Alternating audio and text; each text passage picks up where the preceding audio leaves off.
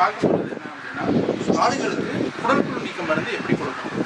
அதாவது குடற்புழு நீக்க மருந்து முதல்ல ஏன் கொடுக்கணும் அப்படின்னு பார்த்தீங்கன்னா, ஆடுகளில் இருக்கக்கூடிய புழுக்கள் வந்து உள்ளர வயிற்றில் இருக்கக்கூடிய புழுக்கள் 3 வகையாக பிரிப்பாங்க. தட்டைப்புழு, நாடாப்புழு, உருளைப்புழு அப்படின்னு பிரிப்பாங்க. இது உள்ளே இருக்கிறதுனால ஆடுகளுக்கு இரத்த சோகை ஏற்படலாம், அதே மாதிரி கழிச்சலும் ஏற்படலாம். இதனால் உடல் எடை கூடுறது ரொம்ப தாமதமாகும். அதனால் பிறந்த உடனே 15 நாளில் ஒரு தடவை குடற்புழு நீக்க மருந்தும், அதுக்கப்புறம் மாதம் ஒரு முறை, 3 மாதத்துக்கு மாதம் ஒரு முறை, அப்புறம் 6 மாதத்துக்கு அப்புறம் நல்லா வளர்ந்துருச்சு அப்படின்னா 6 மாதத்துக்கு ஒருக்கா கொடுத்தா போதும். இது வந்து ஒரு ஆட்டுக்கு ஆகக்கூடிய செலவு பார்த்தோம்னா 10 ரூபா ஆகும். நம்ம 10 ரூபா யோசிக்காமல் நம்ம இந்த குடற்புழு நீக்க மருந்தை வந்து தவறாமல் 6 மாதத்துக்கு ஒருக்கா செஞ்சோம் அப்படின்னா வளர்ச்சி அதிகமாக இருக்கும், நமக்கு லாபமும் அதிகமாக வரும்.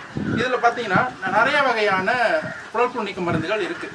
ஆனால் எல்லா மருந்துமே ஆடுகளுக்கு ப்ரெக்னென்சி சேஃபாக அப்படின்னா கருவை இது பண்ணுமானா ஒரு சில மருந்துகள் சினையாட்டுக்கு கொடுக்கக்கூடாது.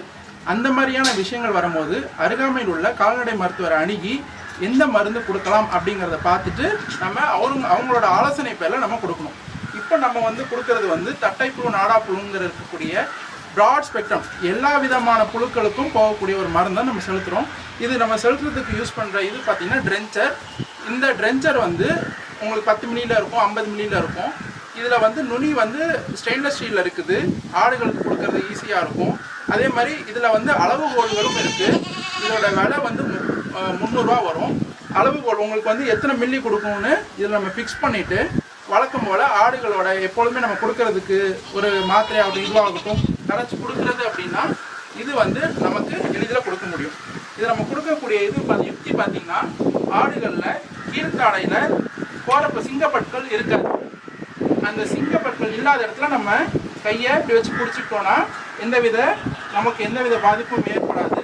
அது வச்சுட்டு இந்த நுனியை வந்து அழகாக உள்ளே தள்ளிட்டோம் அப்படின்னா எந்தவித பாதிப்பும் இல்லாமல் ஈஸியாக கொடுக்க முடியும். ஸோ இதை வந்து தவறாமல் 6 மாதங்களுக்கு ஒருக்கா செஞ்சுட்டோன்னா நம்மளுக்கு நல்லபடியான முறையான ஆடு வளர்ப்பும் லாபகரமான ஆட்டு பண்ணையும்